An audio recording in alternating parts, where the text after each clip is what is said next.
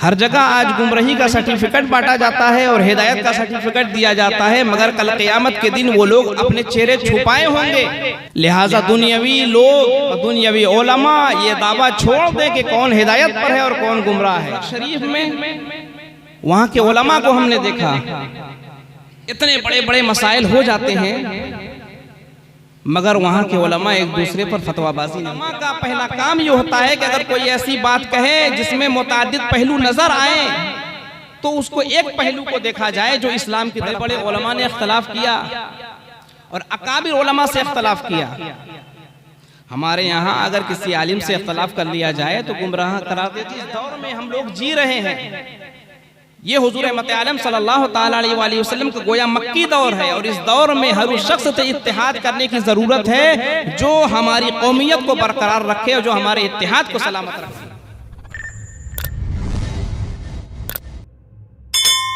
मिल्लत इस्लामिया,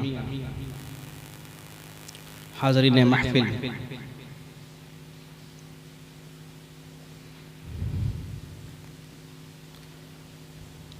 इरादा तो ये था कि हजरत की तकरीर सुनी जाए क्योंकि सफ़र की थकान अभी मुकम्मल तौर से उतरी नहीं और न ज़हन फ़िक्र में कुछ ऐसी बातें हैं जो बयान की जाएं। खैर अज़हर शरीफ में दो चार मुशाहदात जो मैंने किए हैं, वहाँ के उलमा को जो मैंने देखा है, वहाँ के आवाम को देखा, उनका अंदाज़े गुफ्तगू, उनकी तवाज़ु इनकिसारी और इख्तलाफ के बावजूद इत्तेहाद का जो मलका उनके अंदर रहा है, दो चार बातें बस 10 से 15 मिनट इंशाअल्लाह।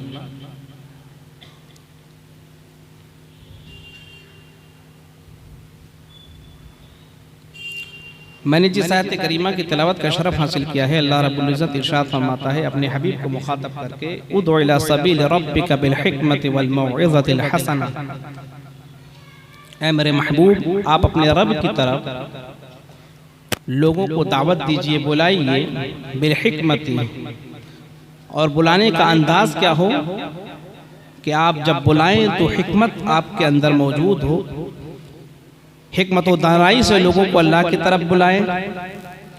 वल मौइज़तिल हसना, और हिकमत के बाद जो दूसरा स्टेप आता है कि मौइज़ाए हसना के ज़रिया, अच्छी गुफ्तगू और अच्छे वास के ज़रिया लोगों को अल्लाह की तरफ बुलाएं। और उसके बाद तीसरा मरहला यह आता है कि वजादिलहुम बिल्लती हिया अहसन, और उनसे मुखासमा किया जाए, उनसे मुखासमा हो, मुजादला हो, लेकिन वो मुजादला भी अहसन तरीके से हो। उसके बाद अल्लाह ने एक ऐलान कर दिया और अल्लाह ने एक बात बतला दी कि इन्ना रब्बका हुवा अअलमु बिमन ज़ल्ला अन सबीलिही व हुवा अअलमु बिल मुहतदीन, के महबूब बेशक आपका रब ज़्यादा जानता है कि कौन हिदायत याफ्ता है और कौन गुमराह है। अब अगर कोई दुनियावी इंसान किसी इंसान की हिदायत और दलालत का सर्टिफिकेट बांटना शुरू कर दे तो समझ लीजिए कि वो पसे पर्दा खुदाई दावा कर रहा है, क्योंकि अल्लाह रब्बुल इज़्ज़त ने फरमा दिया कि इन्ना रब्बका हुवा अअलमु बिमन ज़ल्ला अन सबीलिही व हुवा अअलमु बिल मुहतदीन, कि आपका रब ज्यादा जानता है कि कौन हिदायत पर है और कौन राह से भटका हुआ है। कल क़यामत के दिन 2-2-4 की तरह यह फैसला हो जाएगा कि हिदायत पर दुनिया में कौन था और दलालत पर कौन था। हर जगह आज गुमराही का सर्टिफिकेट बांटा जाता है और हिदायत का सर्टिफिकेट दिया जाता है, मगर कल क़यामत के दिन वो लोग अपने चेहरे छुपाए होंगे जो दुनिया में पसे पर्दा खुदाई दावा कर रहे हैं। कल क़यामत के दिन सारे निकाब खुल जाएंगे, सारे हिजाबात हट जाएंगे और जुबान पर ताला लगा होगा, निगाहें बोल रही होंगी। हाथ से जो आपने काम किए है वो हाथ गवाही देंगे कि आपने क्या किया है, आपका सारा वजूद गवाही देगा। इन्न समा वल बसर वल फुआद कुल्लु उलाइका काना अन्हु मसूला, दिल समात ये सारी चीजों से कल पूछा जाएगा और सवालात किए जाएंगे कि तुमने क्या किया दुनिया में, कितने लोगों को हिदायत दी और कितने लोगों को दलालत का सर्टिफिकेट बांटा। ये हिदायत व दलालत परवरदिगार आलम की अता है। अल्लाह जिसे चाहता है हिदायत देता है और जिसे चाहता है उस पर गुमराही को मुसल्लत कर देता है। अल्लाह रब्बुल इज्जत ने तो अपने हबीब को मुखातब करके फरमा दिया था कि ए महबूब इन्नका ला तहदी मन अहबब्ता, आप जिसे चाहे आप हिदायत नहीं दे सकते। हिदायत देने का काम अल्लाह रब्बुल इज्जत का है और अल्लाह जिसे चाहता है इज्जत देता है, जिसे चाहता है जिल्लत देता है, जिसे चाहता है अपनी राह पर गामज़न कर देता है और जिसे चाहता है अपनी राह से भटका देता है। लिहाजा दुनियावी लोग और दुनियावी उलमा ये दावा छोड़ दे कि कौन हिदायत पर है और कौन गुमराह है। ये फकत परवरदिगार आलम की ज़ात गिरामी है। अजहर शरीफ में वहां के उलमा को हमने देखा, इतने बड़े बड़े मसाइल हो जाते हैं मगर वहां के उलमा एक दूसरे पर फतवाबाजी नहीं करते। एक इतना बड़ा मसला हुआ, हमारे उस्ताद थे अल्लामा सादुद्दीन हिलाली, उन्होंने एक मसले में कुरान से इख्तिलाफ कर लिया और लिज़्ज़कर मिस्लु हज़्ज़िल उन्सयैन कहा कि कुरान ने ये कहा है मगर मेरा मिजाज ये कहता है कि दोनों का हिस्सा बराबर होना चाहिए। हालांकि ये बात नस के मुखालिफ है, ये बात कुरान की तालीमात के मुखालिफ है और जो लोग कुरान और हदीस को जानते हैं वो समझ रहे होंगे कि ये बात किस कदर मुखालिफ है। मगर ये वो हिंदुस्तान नहीं था, वो हिंदुस्तान के उलमा नहीं थे कि एक बार की अगर किसी ने कोई बात कह दी तो उस पर फतवा सादिर कर दिया जाए और उसे दायरे इस्लाम से निकाल दिया जाए। क्योंकि उलमा का पहला काम ये होता है कि अगर कोई ऐसी बात कहे जिसमें मुताद्दिद पहलू नजर आए तो उसको एक पहलू को देखा जाए जो इस्लाम की तरफ आ रहा है, और अगर सारे पहलू खत्म हो जाएं और सारे पहलू सिर्फ इस बात की गवाही दें कि ये कुफ्र है या दलालत है तो उसे समझाने का काम किया जाएगा। पूरे अजहर के उलमा ने उनका रद्द बलीग किया मगर अजहर से नहीं निकाला गया और आखिर में मामला यहां तक पहुंच गया कि वो हिदायत पर आ गया। ये अजहर की काविशें हैं कि वहां इख्तिलाफ के बावजूद इत्तेहाद की राह को उस्तवार किया जाता है और यही तालीम रसूल भी है और तालीम सहाबा भी है, तालीम अहले बैत भी है कि इख्तिलाफ के बावजूद इत्तेहाद को बरकरार रखा जाए। अजहर शरीफ ने पहली जो चीज हमें सिखाई है वो यही सिखाई है कि इख्तिलाफ के बावजूद इत्तेहाद को कैसे उस्तवार किया जाए। हमारे बड़े बड़े अजहर शरीफ के उलमा अपने अकाबिर से इख्तिलाफ करते हैं मगर ताज़ीम और तौक़ीर बजा लाते हैं। बड़े बड़े उलमा ने इख्तिलाफ किया और अकाबिर उलमा से इख्तिलाफ किया। हमारे यहाँ अगर किसी आलिम से इख्तिलाफ कर लिया जाए तो गुमराह करार दे दिया जाता है, मगर वहाँ अगर अल्लामा इब्ने हजर अस्क़लानी रहमतुल्लाहि तआला अलैह से कहीं तसामु हो गया है तो वो डायरेक्ट कह देते हैं अख्ता इब्न हजर। लेकिन ताज़ीम में कहीं फर्क नहीं आता, ताज़ीम और तौक़ीर बजा लाते हैं और ये फिक्र ऐसी है कि इस फिक्र से हर वो शख्स इत्तेफाक रखेगा जो कुरान की तालीमात से वाकिफ है, सहाबा इकराम की जिंदगी से वाकिफ है, अहले बैत अतहार की जिंदगी से वाकिफ है और उलमाए उम्मत इस्लामिया की जिंदगी से वाकिफ है। वो इस बात से इत्तेफाक रखेगा कि इख्तिलाफ के बावजूद इत्तेहाद की राह को कैसे उस्तवार किया जाए। यही अहले सुन्नत वल जमात का मजहब है।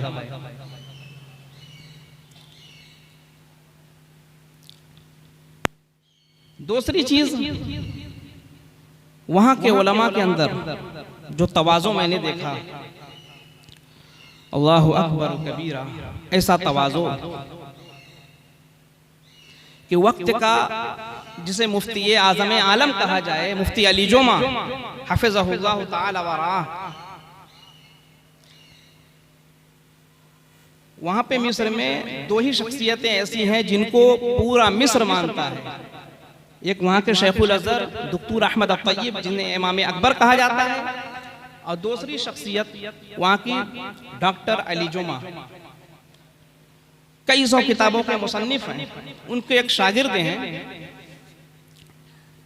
डॉक्टर उसामा अजहरी, जो पढ़ा लिखा तबका है वो जानता है डॉक्टर उसामा अजहरी को।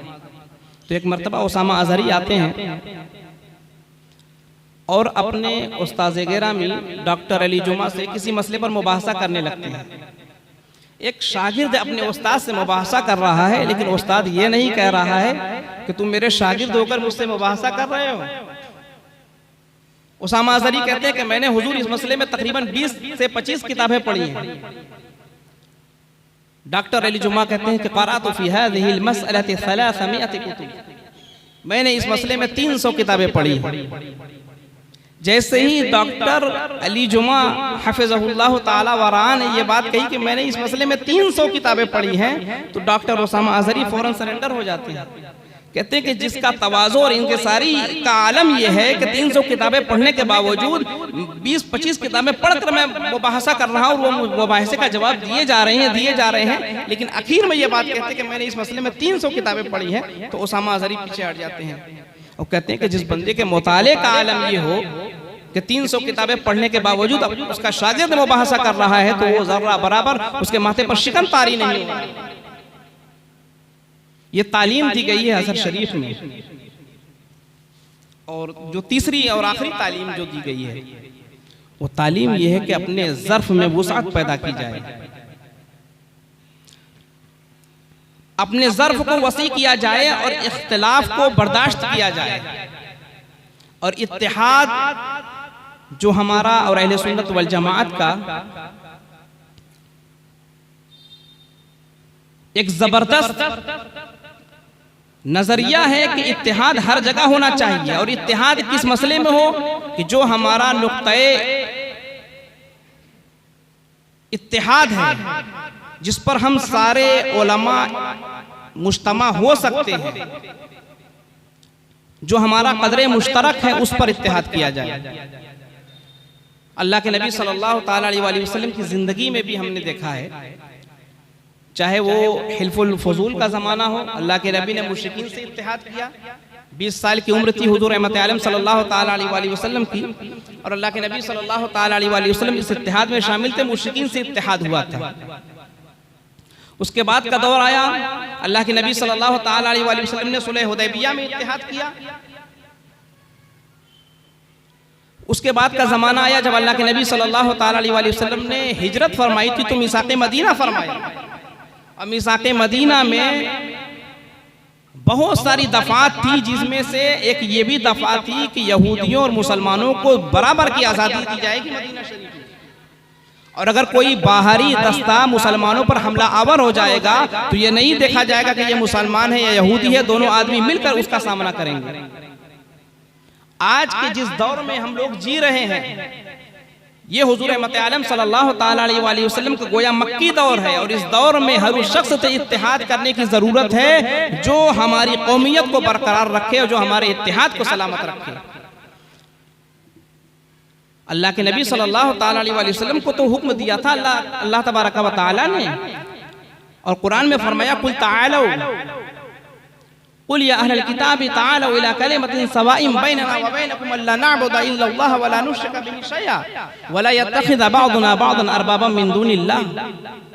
अल्लाह तबारक व तआला ने अपने हबीब सल्लल्लाहु ताला अलैहि वसल्लम को तो इस इत्तेहाद की तालीम दी थी कि ए नबी, आप अहले किताब से कहें कि ताअलौ, आओ एक ऐसे कलमे की तरफ जो हमारे और तुम्हारे दरमियान मुश्तरक है।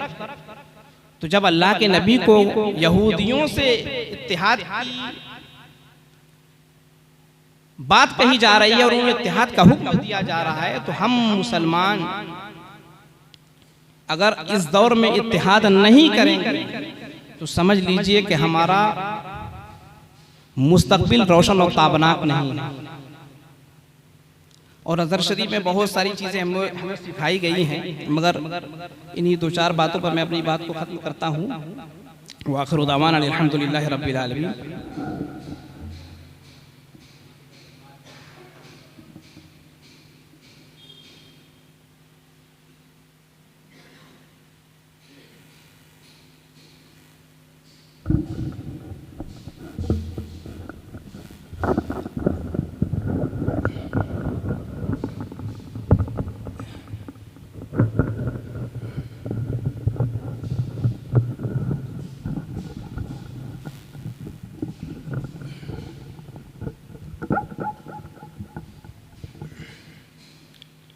सुभान अल्लाह, सुभान अल्लाह।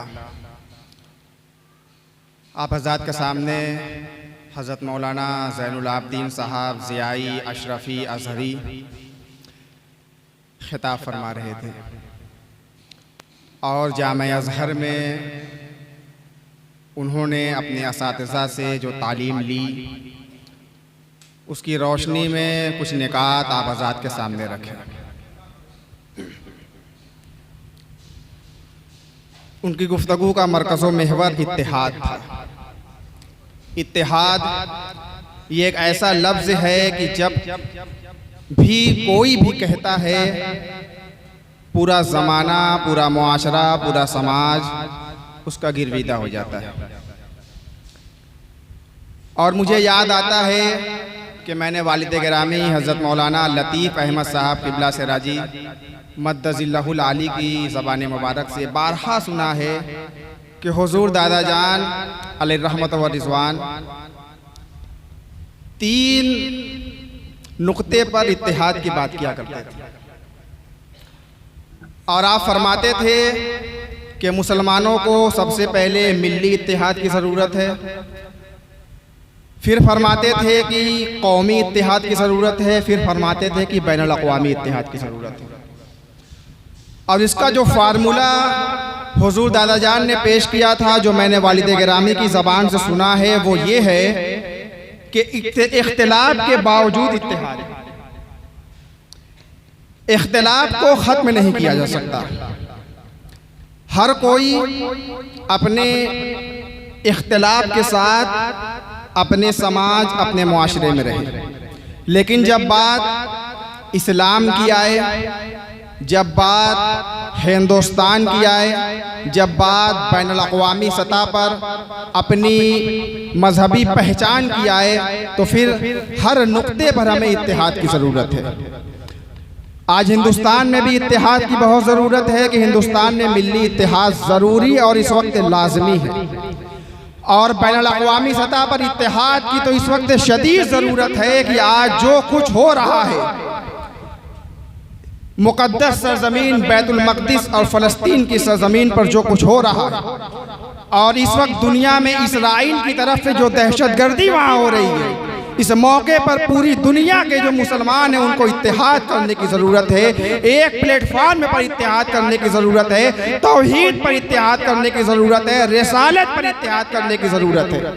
और पूरी दुनिया का मुसलमान एक आवाज़ होकर फ़लस्तीन के हक़ में, फ़लस्तीन की आज़ादी की बात करें।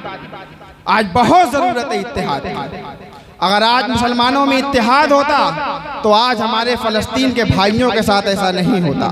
ये जो कुछ हो रहा है जालिम कुव्वतों की तरफ से, जो दहशतगर्दी अमेरिका और इसराइल की तरफ से सरज़मीन फ़लस्तीन पर हो रही है, उसकी एक बहुत बड़ी वजह और बहुत बड़ा सबब ये है कि आज मुसलमानों में इत्तेहाद नहीं है। हर कोई अपने अपने इलाके के बारे में सोच रहा है, अपने ज़ाती मफाद के बारे में सोच रहा है। इस्लाम की तालीमात और रसूल अकरम सल्लल्लाहु अलैहि वसल्लम की तालीमात के बारे में नहीं सोच रहा है। आज ज़रूरत है कि इस्लाम की तालीम को आम किया जाए और सबको मुत्तहिद व मुस्तहकम करके एक शीशा पिलाई हुई दीवार की तरह दुनिया के सामने खड़े हो जाया जाए और दुनिया से मुतालबा किया जाए कि हमारे साथ अदल करो। जिस अदल की बात तुम करते हो वो अदल हमारे साथ करके दिखाओ। हमसे अदल का मुतालबा नहीं करो। हम तो उस मजहब के पैरोकार हैं जो अदल की बात करता है, इंसाफ की बात करता है, अमन व अमान की बात करता है।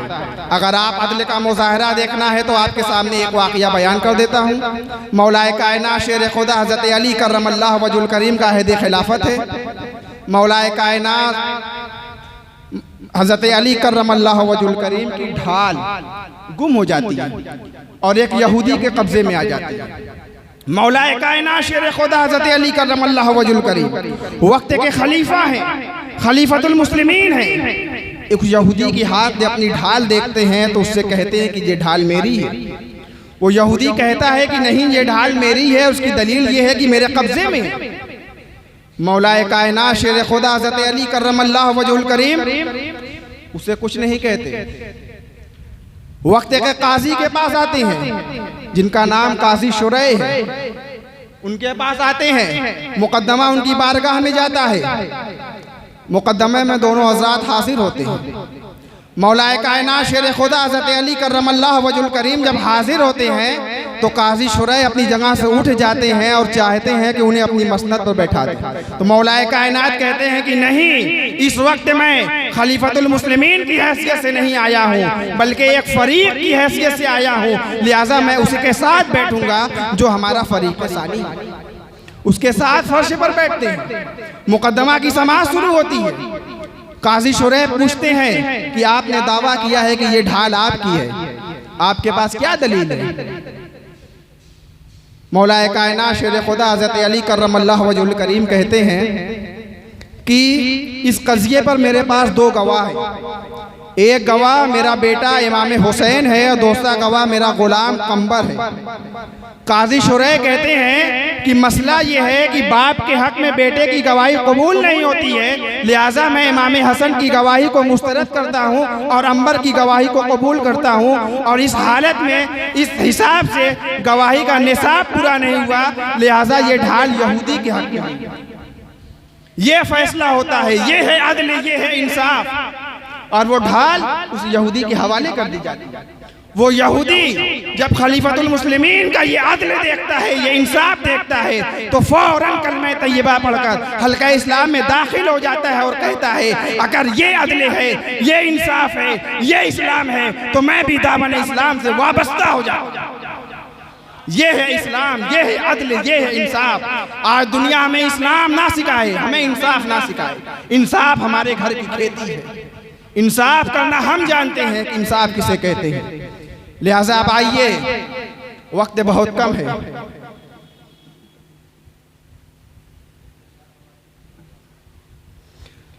आइए